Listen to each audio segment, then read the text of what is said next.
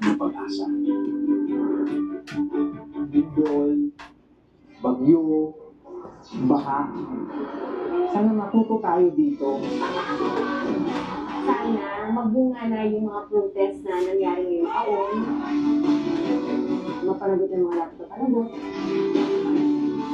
Ako ang dasal ko sa 2026, mas bumuti ang ekonomiya at mas magkaroon ng tiwala ang mga Pilipino sa kanilang bansa ulit.